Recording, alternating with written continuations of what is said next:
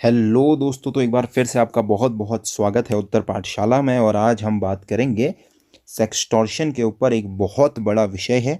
मैं एक बार पहले ही आपको बता दूं, अगर आप लोगों में से कोई भी किसी भी व्यक्तिगत पूर्वाग्रह के अंतर्गत इस वीडियो को देखने जा रहा है तो वो यहीं पर वीडियो को छोड़ दे, क्योंकि इसके अंदर हम बात करेंगे अल्मोड़ा केस की, लड़की की तरफ से आए बयान, लड़कों के परिवार वालों की और लड़कों की गांव की तरफ से, लड़कों की तरफ से आए बयान, वीडियो के कुछ हिस्सों के ऊपर भी हम बात करेंगे और उसी से जुड़े हुए सेक्सटॉर्शन के ऊपर भी बात करेंगे और उत्तराखंड के अंदर बढ़ती इस तरह की घटनाओं पर भी बात करेंगे। और इस पूरी वीडियो का मकसद केवल एक है, उत्तराखंड के अंदर जो भी युवा हैं, लड़के हैं चाहे लड़कियां हैं, उन्हें जागरूक करना, इश्यूज़ को समझाना। ना कि इस वीडियो का उद्देश्य किसी भी प्रकार से इस केस से रिलेटेड चीज़ों को किसी भी दिशा में मोड़ना है। हम सिर्फ इस केस के माध्यम से आप लोगों को समझाएंगे कि सेक्सटॉर्शन क्या होता है, क्या कुछ किया जाता है, कैसे होता है, कैसे इससे बचा जा सकता है। हमारी वीडियो के अंदर हम कहीं भी ये नहीं कह रहे कि इस वीडियो से अल्मोड़ा केस के अंदर कोई भी रिलेशन आपको करना है। आपको जैसा ठीक लगता है आप उस हिसाब से वीडियो देखेंगे, परंतु एक एजुकेटेड वैन, एक ऐसे युवा की दृष्टि से देखेंगे जिसे इस वीडियो से सेक्सटॉर्शन के बारे में बताया जा रहा है, ना कि किसी अन्य इशू के लिए उसको डाइवर्ट किया जा रहा है। आप में से जिसका भी कोई पहले से पूर्वाग्रह चल रहा है या कोई साइड वाइज डिवाइडेड है कि हम लड़कियों की तरफ हैं, हम लड़कों की तरफ हैं, ऐसा कोई है तो इस वीडियो को कृपया ना देखें, क्योंकि ये वीडियो केवल आपके भविष्य के लिए है। तो केवल वही लोग देखें जो मानते हैं कि ये चीज़ें होती हैं। चलिए, इससे पहले कि मैं सेक्सटॉर्शन की घटनाओं के ऊपर चलूं और इसके बारे में डिटेल एनालिसिस करूं, पहले हम थोड़ा बहुत अल्मोड़ा केस एनालिसिस करते हैं। देखिए दोस्तों, सबसे पहले एक वीडियो आती है, लड़कों की तरफ से काफ़ी ज़्यादा बयानबाजी होती है, बहुत बड़ा एक हैशटैग चलता है जस्टिस फॉर भुवन, और वो बिल्कुल ठीक भी है। भीड़ हिंसा किसी भी कीमत पर जो है नहीं चलेगी। हमने अपनी पहली ही वीडियो में इस बारे में कह दिया था कि भीड़ हिंसा, और उसी के ऊपर हमने पूरी वीडियो भी बनाई है हमारी पहली। तो पहली चीज़ भीड़ हिंसा, दूसरी चीज़ लड़कों की तरफ से जो पक्ष रखा गया है उस हिस्से की बात करेंगे। यहाँ पे मैं लड़का और लड़की इस वे में कह रहा हूँ कि जो लड़के हैं वह भुवन, जिनकी हत्या हो चुकी है, और बाकी के जो उनके साथी हैं उनकी तरफ से ये पक्ष रखा जा रहा है। और जो लड़की का हिस्सा है उसे मैं कह रहा हूँ पूरे गांव के हिस्से की तरफ से नहीं, केवल उस लड़की के हिस्से से मैं कहूँगा। चलिए, लड़कों की बात अगर करें तो उनकी तरफ से क्या कहा गया, इंसिडेंट को बहुत ध्यान से समझिएगा। पहला इंसिडेंट है कि लड़की ने लड़कों को बुलाया, जो कि अप्रॉक्स बिल्कुल सही लगता है। दोनों पक्षों की आप बात सुनेंगे तो आपको लगेगा कि बिल्कुल लड़की ने ही लड़के को बुलाया, परंतु क्यों बुलाया और कैसे बुलाया गया ये परिस्थितियां अलग हैं। चलिए, उन्होंने बुलाया, बिल्कुल सही बात है। और उसके बाद लड़की ने जो है मना कर दिया था गांव के अंदर जाने के बाद, और उसके बाद गांव के लोगों ने जो है हाथ उठाया। जो कुछ भी हुआ उसके बाद आपको पता है कि इंसिडेंट में भुवन जो है उनकी अब मृत्यु हो चुकी है। एक तरीके से हम कहें कि यह हत्या का ही केस है। और जहाँ तक मेरा मामला है, पुलिस को इस विषय में हत्या का मामला ही चलाना चाहिए और इसी विषय पर सोचना भी चाहिए। डायरेक्ट हत्या नहीं भी है तो गैर इरादतन ही सही, लेकिन हत्या का मामला इसके अंदर जरूर बनता है। इस बारे में हम मना नहीं करेंगे। बाकी इससे ज़्यादा जो कानून के जानकार हैं वो इस विषय पर बता पाएंगे। हमने इस विषय पर हमारी पहली वीडियो के अंदर बता दिया है, यहाँ आई बटन पर आप देख सकते हैं उस वीडियो को। चलिए, अब दूसरी बात करते हैं लड़की के पक्ष की। तो पहली जो मिलने वाली बात थी वो बिल्कुल सही है, लड़की ने ही बुलाया था। चलिए, अब मिलने के दौरान छेड़छाड़ हुई और ये लड़की की तरफ से कहा गया है। और एक बड़ी चीज़ जो लड़की ने एक्सेप्ट की है वो ये है कि जो लड़की है उसने कहीं ना कहीं लड़के को न्यूड, या आप एक तरीके से कह सकते हैं कि जो अश्लील वीडियो हैं, तस्वीरें हैं, वो भेजी थी एक मजबूरी के अंतर्गत। आप एक तरीके से कह सकते हैं कि एक 16 साल की लड़की है। तो मैं वैसे भी यहाँ पे अगर आप देखेंगे, एक 16 साल की लड़की है तो उसकी जो मेंटल स्टेट है, या आप अगर उसकी एज ग्रुप की बात करेंगे, तो यहाँ पे एक जो डर है सोसाइटी का या आसपास होती घटनाओं का जो डर है वो काफ़ी ऊपर होता है। बहुत ज़्यादा समझ होती नहीं है समाज की कि अगर आप इन इश्यूज़ पे बाहर बोल जाएंगे तो कैसा रहेगा। तो उनको एक भय था, एक डर था। उन्होंने एक ऑडियो रिकॉर्डिंग भी सुनाई। एक ऑडियो रिकॉर्डिंग की बात लड़कों की तरफ से भी की जा रही थी, जिसमें इस बारे में बात थी कि लड़की ने ही उन्हें बुलाया है। ये बात लगभग प्रूफ है कि लड़की ने ही उन्हें बुलाया है। उसके अलावा अगर हम बात करें, 16 साल की एक लड़की जो इसलिए न्यूड भेज देती है लड़के को, व्हाट्सएप पे वीडियो कॉल कर लेती है, न्यूज़ तो सेंड नहीं किया, वीडियो कॉल के अंदर किया, जिसको रिकॉर्ड कर लिया गया दूसरे के द्वारा। ये क्राइम है, वैसे भी क्राइम है। फिर भी चलिए, लड़की ने भी एक्सेप्ट किया है कि उसने खुद वीडियो कॉल पे जो है बात की थी लड़के के साथ। इसी परिस्थितियां क्यों आई? अब परिस्थितियां किसी भी स्थिति से आई हो, चाहे प्रेम में आई हो, चाहे सच में ये कोई अफेयर हो, लेकिन जैसा लड़की का बयान है उसके हिसाब से लड़के ने धमकी दी थी उसके घर वालों को परेशान किया था लड़की के, तो लड़की ने इसीलिए ये वीडियो कॉल की ताकि लड़के से छुटकारा पाए।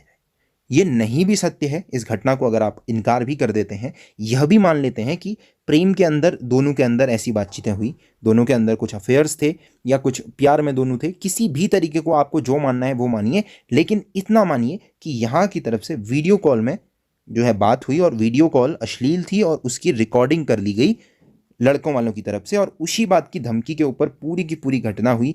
लड़की ने लड़के को बुलाया उससे बातचीत करने के लिए, अंदर जो भी हुआ उसके लिए आप पूरी वीडियो देख चुके हैं, उसको बार बार बताने की आवश्यकता नहीं है। जो भी हुआ बिल्कुल बुरा हुआ, बिल्कुल न्याय होना चाहिए। गलती लड़की लड़के ये इस विषय पे मत जाइए, क्योंकि हम सेक्सटॉर्शन की बात करेंगे। उत्तराखंड के अंदर मैं आपको एक चीज़ बताऊं दोस्तों, पिछले बहुत समय से ये घटनाएं बढ़ती जा रही हैं, जहां लड़कियों की तरफ से या लड़कों की तरफ से ये पुलिस के अंदर भी केस आ रहे हैं कि उनकी जो अश्लील तस्वीरें हैं, वीडियोज़ हैं, वह कहीं से वायरल हो जा रहे हैं। ये घटनाएं काफ़ी ज़्यादा हो रही हैं कि कुछ वीडियो और फोटोज़ वायरल हो जा रही हैं, या आप कहें कि कुछ के ब्लैकमेल किया जा रहा है, सुसाइडल केस जो है सामने आ रहे हैं सिर्फ और सिर्फ इस सेक्सटॉर्शन की वजह से। क्या होता है, क्यों होता है, इसके बारे में हम बात करेंगे। फिलहाल हम जिस सेक्सटॉर्शन की बात करेंगे यहाँ पे, उसमें एक गैंग बना करके काम किया जाता है। इस केस से उस गैंग का कोई लेना देना नहीं है, ये अपने आप में एक बहुत ही खुला केस है, जिस केस की कहानी वीडियोस के माध्यम से क्लियर है। ऐसा कोई भी रैकेट नहीं था, ना लड़के के दोस्तों की तरफ से ऐसा कुछ कहा गया है कि वो पहले से लड़की को जानते थे, ना लड़की ने ये बात मानी है कि वो लड़कों को जानती थी। केवल इन दोनों के बीच की ही बातचीत थी। ये जो भी था एक सामान्य रिलेशनशिप, एक सामान्य सा केस था, जिसके ऊपर उत्तराखंड के अंदर आप देख रहे हैं लगातार न्याय की मांग उठ रही है, चाहे किसी भी पक्ष की गलती हो। लेकिन हमारा मोटिव सेक्सटॉर्शन को समझना है। हम ये समझेंगे कि उत्तराखंड के जो युवा हैं, जो लड़के हैं, लड़कियां हैं, उन्हें इन चीज़ों को समझना चाहिए। आज ऑनलाइन पढ़ाई हो, चाहे किसी भी माध्यम से हो, सेल फोन्स या मोबाइल जो है, इसका उपयोग बहुत ज़्यादा हो गया है दोस्तों। और खासकर मोबाइल फ़ोन्स के अंदर जिन चीज़ों में सेक्सटॉर्शन का मामला बढ़ता है वो कौन कौन से हैं। जब भी आप मोबाइल फ़ोन के अंदर आपकी सोशल मीडिया साइट होती है, एक चीज़ तो ये आपको ध्यान रखनी है, सोशल मीडिया साइट यानी कि फेसबुक, व्हाट्सएप, इंस्टाग्राम, जहाँ टेलीग्राम, जहाँ से भी मतलब वीडियो कॉल, वीडियो सेंड करना, फोटो सेंड करना, फाइल सेंड करना होता है, ऐसी सारी सोशल मीडिया साइट्स, उनकी जो वजह से सेक्सटॉर्शन की घटनाएं हो सकती हैं। दूसरी चीज़, जो आपका सेलफोन है, इसमें अगर आप वेब यूज़ करते हैं, आपका जो है कोई वेबसाइट यूज़ करते हैं, और वो जो वेबसाइट है वो इलीगल है या वो वेबसाइट यूज़ नहीं करनी चाहिए, या फिर ऐसी कोई वेबसाइट है जो पोर्न साइट है, या फिर आप कह सकते हैं न्यूड साइट है, ऐसी कोई साइट अगर आप यूज करते हैं। इसके अलावा दोस्तों, अगर आप ऐसी कोई ऐप यूज़ करते हैं जो डेटिंग ऐप है या इस तरीके की कोई ऐप है, इन सभी में बहुत रिस्क है सेक्सटॉर्शन का। तो हम जानेंगे सेक्सटॉर्शन क्या है, पूरे भारत में क्या स्थिति है, ये अब जब आप समझेंगे तो आपको इस विषय की गंभीरता नजर आएगी। अगर आप बिल्कुल भी किसी पूर्वाग्रह के साथ ये वीडियो देख रहे हैं और अल्मोड़ा केस के ऊपर ही बात करने की सोच रहे हैं, तो आप इस वीडियो को यहाँ पे छोड़ सकते हैं। ये वीडियो केवल उन यूथ्स के लिए है या उनकी फैमिली मेम्बर्स के लिए है जो इन चीज़ों को समझें, अपने बच्चों को समझें और यूथ्स कंडीशंस को समझें, परिस्थितियों को समझें और उसके बाद ही काम लें। चलिए हम बात करते हैं सेक्सटॉर्शन की। तो मेरे साथ आप सभी जुड़ चुके हैं उत्तर पाठशाला के अंदर। अभी अगर आपने चैनल को सब्सक्राइब नहीं किया है तो अभी जा करके सब्सक्राइब करें, बेल आइकन को प्रेस करें और ऑल नोटिफिकेशन को करें ऑन, क्योंकि उत्तराखंड की सारी न्यूज़ का कंप्लीट और डिटेल्ड एनालिसिस विद जीके आपको हमारे ही चैनल पे मिलेगा। तो चलिए शुरू करते हैं। पहले बेंगलुरु के अंदर एक एमबीए के स्टूडेंट की बात करते हैं। 26 साल का एक लड़का था और उसने कर ली आत्महत्या जस्ट बिकॉज ऑफ एक रैकेट जो कि सेक्सटॉर्शन का था।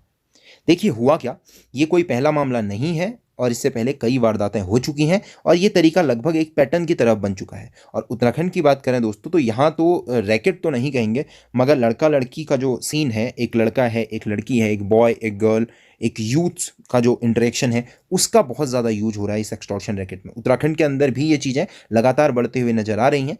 बात करते हैं बेंगलुरु के मामले पर। तो इंडियन एक्सप्रेस की एक रिपोर्ट है दोस्तों, 23 मार्च की ये रिपोर्ट है। बेंगलुरु में एमबीए करने वाला एक 26 साल का लड़का था अविनाश। इन्होंने कर ली आत्महत्या। तो इन्होंने आत्महत्या कर ली तो कुछ पता चला नहीं क्यों आत्महत्या की है, लेकिन कुछ दिनों बाद ही इनकी बहन के पास एक गैंग का फ़ोन आता है और वो फेसबुक पर कांटेक्ट करते हैं, कहने का मतलब है उनकी बहन से, और वो कहते हैं कि पैसे दे दो वगैरह, इस बारे में ऐसी बातचीत करते हैं। और वो कहते हैं कि अगर आपने पैसे नहीं दिए तो हम वीडियोस जो हैं वो आपके परिवार दोस्तों को भेज देंगे। ये तब की बात है दोस्तों जब लड़का जो है वो आत्महत्या कर चुका था और गैंग को इस बारे में पता नहीं था कि अविनाश जो है वो मर चुका है, तो उन्होंने सिर्फ धमकी देने के लिए इसका इस्तेमाल किया। तो बहन को थोड़ा बहुत तब इस बारे में जानकारी हुई, तो उन्होंने क्या किया, जो गैंग है उसने अविनाश को एक सेक्सुअल वीडियो जो है उसको लेकर के जो है ब्लैकमेल करना जारी रखा था। इसी के चलते अविनाश ने आत्महत्या भी की थी। ये एक तरीके से अगर आप देखें तो ऑनलाइन ठगी गैंग से जो मैसेज मिलते हैं, उसके बाद अविनाश के परिवार को शक हुआ और उसी की वजह की ऐसा लगा अविनाश के परिवार को इसी की वजह से उसने भी आत्महत्या की है। तो उन्होंने पुलिस एफआईआर की। तो उसमें कहा नेहा शर्मा, ध्यान से सुनिएगा, नेहा शर्मा नाम की एक लड़की से अविनाश से सोशल मीडिया पर संपर्क किया था और फिर ऑनलाइन ही उसका सेक्सुअल वीडियो रिकॉर्ड किया था। तो पैसे दिए, 35,000 रुपये अपने दोस्त से उधार लिया अविनाश ने। तो इसमें अविनाश की जब बहन जो है उसने पुलिस को बताया कि अविनाश ने ब्लैकमेलर्स को कुल 35,000 रुपये दिए हैं, और जो ई वॉलेट जिसमें ये पैसे दिए गए थे, जब उसकी पहचान की गई तो वो तेजस आर इस तरीके से एक पहचान हुई, और जो पेमेंट है वो अविनाश की मौत से एक दिन पहले यानी कि 22 मार्च को हुई थी। अविनाश की मौत के 2 दिन बाद ही नेहा शर्मा नाम की इस लड़की ने अविनाश की बहन को फेसबुक पर एक मैसेज किया और अविनाश के बारे में पूछा। जब शक हुआ अविनाश की बहन को, तो उन्होंने एक कजिन का नंबर दे दिया और कहा कि यह अविनाश का नंबर है, जिस पर बाद में एक धमकी भरा मैसेज आया कि पैसे दो नहीं तो वीडियो दोस्तों में भेज दी जाएगी, और 21,000 रुपए जो है डिमांड की थी। इन लोगों को बिल्कुल भी अंदाजा नहीं था कि जो लड़का है वो मर चुका है इनकी वजह से। तो इसके बाद केआरपुरम पुलिस स्टेशन में शिकायत दर्ज कराई गई। 5 लोगों पर आरोप लगा। सीआईडी और साइबर क्राइम के एक्सपर्ट्स ने बताया कि यह मामला उन्हीं नए मामलों में से एक है जिसमें लोगों को सोशल मीडिया पर निशाना बनाया जा रहा है। और साइबर क्राइम सेल के एक अधिकारी के अनुसार सोशल मीडिया पर बाकायदा एक रैकेट चलाया जा रहा है। कई लोग ऐसे हैं जो ऑनलाइन फ्रॉड में सक्रिय थे और अब इस रैकेट में शामिल हो गए हैं दोस्तों। बशर्ते कि अभी तक बहुत ज्यादा लोग ऐसे नजर नहीं आए हैं, लेकिन कम ही लोग इसमें शिकायतें भी दर्ज करते हैं दोस्तों। अब ध्यान से सुनिए, इस मामले में होता यह है कि जब कोई आपसे कांटेक्ट करे किसी भी सोशल मीडिया साइट से, एक अननोन से, उसके बाद क्या होगा, एनी हाउ आपकी न्यूड्स या फिर आपकी वीडियो कॉलिंग्स को, आपकी कॉलिंग्स को, आपके मैसेजेस को रिकॉर्ड कर लिया जाएगा और उसके बाद आपको ब्लैकमेल किया जाएगा उसके बेसिस पे। इसमें एक बड़ा ही रेगुलर पैटर्न आजकल अपनाया जा रहा है कि आपसे 2,000 से लेकर के 20,000 रुपए तक का ही अमाउंट मांगा जाएगा, जिससे कि बहुत ज्यादा आप प्रेशराइज ना हो। इतना पैसा जब आप पेमेंट कर देते हैं तो उसके बाद, ये तो डायरेक्ट मांगा गया था, इसके बाद कोई यूट्यूब चैनल या ऐसे नाम से आपसे पैसा मांगा जाएगा कि इनको कहीं से आपकी वीडियो मिली है, अगर आप इतना पैसा इनको दे देते हैं, 2-3 हजार रुपए या 10-12 हजार रुपए, तो ये यूट्यूब में आपकी वीडियो नहीं डालेंगे। आप उनको भी दे देते हैं। फिर कहीं से पुलिस की तरह से एक कॉल आएगा कि हम पुलिस से बात कर रहे हैं, हमारे पास एक वीडियो है, हम आपके घर भेज रहे हैं वो वीडियो, उनको भी आप पैसे दे देंगे। तो एक रेगुलर पैटर्न पे पैसे लूटे जाते हैं। तो इसके बारे में जब हम बात करें तो सेक्सटॉर्शन है क्या, तो ये एक तरीके का साइबर ठगी ही है जिसमें सेक्सुअल ब्लैकमेलिंग की जाती है, यानी कि सेक्सटॉर्शन। ये वेबकैम से हो सकता है, मोबाइल या फिर वीडियो कॉल के जरिए किसी की सेक्स गतिविधियों या फिर न्यूड तस्वीरों को रिकॉर्ड करके उनको ब्लैकमेल किया जाता है, और यही ब्लैकमेलिंग जो है ये सेक्सटॉर्शन कहलाती है। भारत में भी अब धीरे धीरे इसके मामले बढ़ रहे हैं। अब यहाँ पे ध्यान से सुनिए, स्कूल और कॉलेज में पढ़ने वाले युवा, बिजनेसमैन, पॉलिटिक्स, ये सभी लोग इस रैकेट का शिकार हो रहे हैं। इसके अलावा अगर बात करें तो mashable.com जो है एक वेबसाइट है, इसके हिसाब से ये घटनाएं अभी दोगुनी तेजी से बढ़ रही हैं। इसके अंदर ईमेल सोर्स कंट्रीज में भारत दुनिया के टॉप 10 देशों में शामिल है। वियतनाम, ब्राजील और अर्जेंटीना जो देश हैं ये नंबर 1 पे हैं, लेकिन टॉप 10 में जो है अभी इंडिया भी है। ये एक तरीके का हनी ट्रैप है जिसमें लोगों को शिकार बनाया जाता है। खासकर जो बॉयज हैं, लड़के हैं, वो इसमें ज्यादा जल्दी शिकार बनते हैं। लेकिन ऐसा नहीं है कि ये केवल और केवल लड़कों तक सीमित है, बॉयज एंड गर्ल्स दोनों में ये केसेस देखने के लिए मिलती हैं। पहले धीरे धीरे नेटवर्किंग साइट्स पे दोस्ती होती है, फेसबुक, व्हाट्सएप के साथ, फिर धीरे धीरे पर्सनल बातें होती हैं, और उसके बाद कैमरे के सामने जब चीजें होती हैं तो आपकी जो वीडियो रिकॉर्डिंग है वो कर ली जाती है दूसरी तरह से। इस तरीके के फ्रॉड में महिला और पुरुष दोनों शामिल हो सकते हैं। कभी कभी एक आरोपी एक व्यक्ति ना होकर के पूरी गैंग भी हो सकती है। इसमें हैकर्स हो सकते हैं, कोई ब्लैकमेलिंग करने वाले लोग हो सकते हैं, और काफी सारे तरीके से इस पे पैसा उगाहा जा सकता है। और जो बच्चे हैं वो भी काफी ज्यादा शिकार हो रहे हैं, क्योंकि वो घबरा जल्दी जाते हैं और इन अपराधियों के जाल में फंसते चले जाते हैं। बच्चों से कहने का मतलब है 18 साल से कम, समझ रहे हैं, बच्चों से कहने का मतलब है 18 साल से कम के जो लोग हैं वो जो है ज्यादा जल्दी इस जाल में फंसते हैं। और अगर ऐसे में, क्योंकि उनको लगता भी है कि अगर ये वीडियोस या ये फोटोज, चैट हमारी किसी ने देखी तो उनकी क्या है, जिंदगी बर्बाद हो जाएगी, बदनामी हो जाएगी। ऐसे मामलों में बदनामी और शर्म, ये 2 वजह हैं जिनकी वजह से लोग पुलिस में भी इस फ्रॉड की शिकायत नहीं करते हैं, और जो ठग है उनकी मांगें भी पूरी कर देते हैं। बहुत ही कम लोग इसको क्या करते हैं, शिकायत करते हैं। अगर भारत की बात करें तो जम्मू कश्मीर जो है कार्यस्थल पर सेक्सटॉर्शन को अपराध की श्रेणी में लाने वाला पहला राज्य था। अगर ऐसी एक बात करें तो मुंबई में पूजा जो है इसका भी एक खुलासा हुआ था। मुंबई पुलिस ने फरवरी 2021 में एक इंटरनेशनल रैकेट का पर्दाफाश किया था। इस प्रकरण में क्या हुआ था, एक बड़े नेता को टारगेट किया गया था। बहुत बड़ा नेता जो है मुंबई के अंदर उसे टारगेट किया गया था। तो इस रैकेट के 3 लोगों को राजस्थान, हरियाणा और यूपी से अरेस्ट किया गया था। तो आप समझ सकते हैं सोशल मीडिया के तौर पे कितने बड़े एक टारगेटेड वे में लोगों को इसके अंदर फंसाया जा रहा है। इस गैंग के लोग पहले सोशल मीडिया पर रिसर्च करते हैं, उसके बाद प्रतिष्ठित लोगों को, आईपीएस, आईएएस, विधायक, सांसद, इनको मीडिया के बड़े लोगों को अपना टारगेट बनाते हैं। तो इस मामले में आरोपियों ने पूजा शर्मा नाम का इस्तेमाल किया था। यानी कि एक तरीके से ये एक फेक प्रोफाइल का मामला है। तो किसी भी तरीके के रॉन्ग नंबर, कोई भी फेक प्रोफाइल, इन चीजों से दोस्तों बचना है। जब जाल इसका पूरा पता चला तो पता चला कि 171 फेसबुक प्रोफाइल, 4 टेलीग्राम चैनल्स का इस्तेमाल किया गया और इसके बाद पुलिस ने कुल 58 अकाउंट्स को भी सील किया। तो आप एक तरीके से सोचिए टेलीग्राम्स का, फेसबुक का कैसा प्रयोग जो है वो किया गया और इसके जाल में जो है वो मासूम फंस जाते हैं। दिल्ली के अंदर एक केस हुआ था सूरज का, दिसंबर के अंदर। प्रशांत विहार के क्षेत्र में रहने वाला एक लड़का था और फेसबुक पर एक लड़की ने फ्रेंड रिक्वेस्ट भेजी।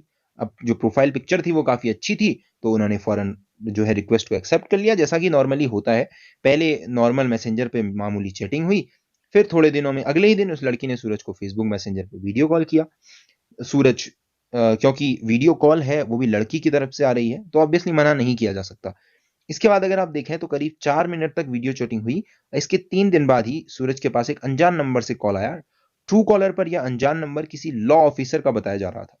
लॉ ऑफिसर ने सूरज से कहा कि 17 दिसंबर को उसने अपनी फेसबुक फ्रेंड के साथ जो कुछ किया है उसके लिए उसे जेल भी हो सकती है और इसके साथ ही उसकी बेइज्जती भी तय है। और 17 तारीख को जब उसकी फ्रेंड ने उसे वीडियो कॉल किया था तो उसने वीडियो कॉल पर ही लड़की के साथ न सिर्फ अश्लील बातें की बल्कि कॉल के दौरान अश्लील हरकतें भी की थी। बस अब देखिए इसमें आप अगर देखेंगे तो ये तो दोनों साइड से काम हुआ, वन साइडेड तो रहा नहीं। उसके बाद जो होता है दोस्तों, समाज का डर जो होता है, शर्म जो होती है, उसकी वजह से, क्योंकि जो दूसरी तरफ थी वो तो क्रिमिनल साइड थी, तो इसमें केवल और केवल आप जो है वो फंस जाते हैं या जो मासूम फेस है वो फंस जाते हैं। उत्तराखंड के अंदर भी काफी सारी घटनाएं हो रही हैं जिसमें एक इंडिविजुअल की तरफ से ये घटनाएं होती हों। अब कह नहीं सकते रैकेट के बारे में कुछ खास बात हम कह नहीं सकते हैं। जब ऑफिसर ने कहा कि यह सब कुछ उस लड़की के जरिए उसके हाथ लग चुका है, ये करतूत से वो सलाखों के पीछे चला जाएगा, तो जो सूरज है वो हैरान हो गया था।